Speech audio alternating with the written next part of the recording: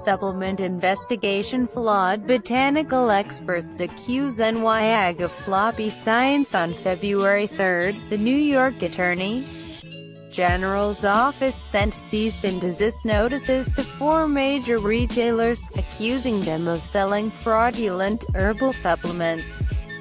Using a method called DNA barcoding, the AG declared that only 21% of the supplements they tested actually contained any of the herbs the label stated.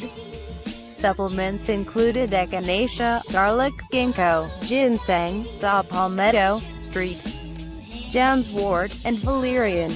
This investigation makes one thing abundantly clear: the old adage, buyer beware, may be especially true for consumers of herbal supplements, said AG Eric Schneiderman in a statement.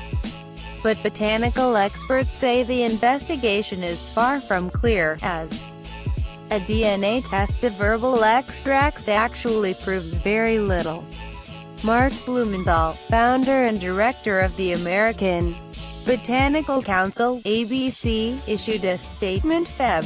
3 detailing the problems with the investigation and the AG's premature pronouncement. From a scientific perspective, it appears that the NYAG is way out in front of the available scientific evidence to support and substantiate his position, said Blumenthal. The biggest problem with the AG's Eureka moment is that DNA is a poor marker for identifying plant extracts.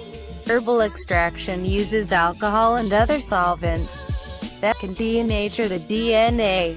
The process makes the plant material more effective as a supplement, but may result in no DNA trace to measure. According to Aaron Seacrest, Director of Quality and it's not that the DNA test is flawed, but rather the application is not appropriate. It wouldn't pass muster for the FDA as a standalone tool for identification because according to good manufacturing practices you have to demonstrate that your method is scientifically valid, and in this case this method in the way that it was applied was not scientifically valid, he said.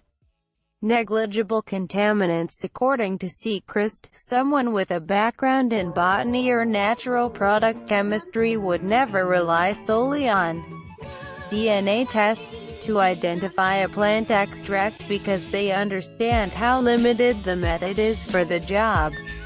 The AG's investigation was conducted by a reptilian zoology expert, Professor James Schulte II, Ph.D., of Clarkson University in Potsdam, New York.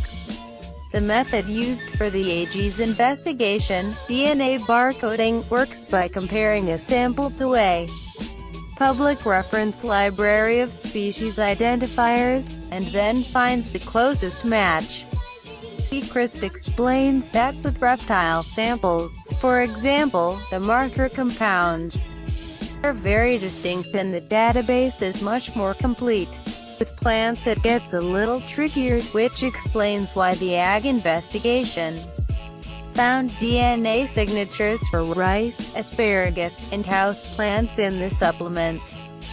With all plant-based agricultural commodities there's almost always some amount of other plant that makes its way into the sample, said Seacrest.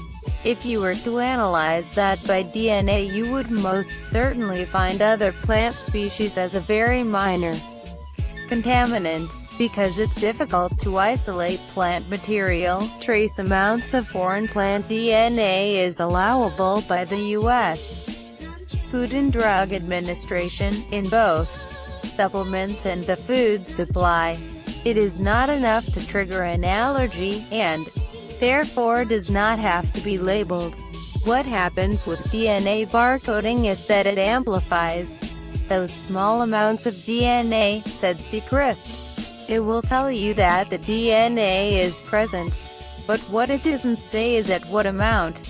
A legitimate evaluation of plant extracts requires multiple methods, high performance Liquid chromatography tells one part of the story, thin layer chromatography and microscopy fill in other details. Two recent tests from laboratories that understand how to test for plant extracts, the New York Botanical Garden and the University of Mississippi's National Center for Natural Product Research, found evidence for ginkgo in almost all the supplements they tested. While the Ag investigation tested samples multiple times, it appears they only used a single testing technology, and failed to consult a botanical expert in their evaluation. The supplement industry has urged the Ag to share its protocol, but it has yet to be released. I can't definitively say whether the products the Ag tested are not adulterated. But what I can say is that with the information we have, that data looks flawed, said Sechrist. Next, read 2 million Americans quit food stamps in Trump's first year. The number of Americans receiving food stamp benefits dropped to a 6-year low during President Donald Trump's first year in office, reflecting a healthy jobs market and an improving economy, according to an annual report. Read more in a first. U.S. blames Russia for cyber attacks on energy grid. Washington, the Trump administration on Thursday blamed the Russian government for a campaign of cyber attacks stretching back at least 2 years that targeted the U.S. power grid, marking the first time the United States. Read more. A growing chorus objects to Confucius Institutes that American universities. A Massachusetts lawmaker is the latest dissenting voice against the presence of Confucius Institutes on American college campuses. Managed directly and funded by the Chinese regime, Confucius Institutes, CIS, have been criticized by concerned. Read more.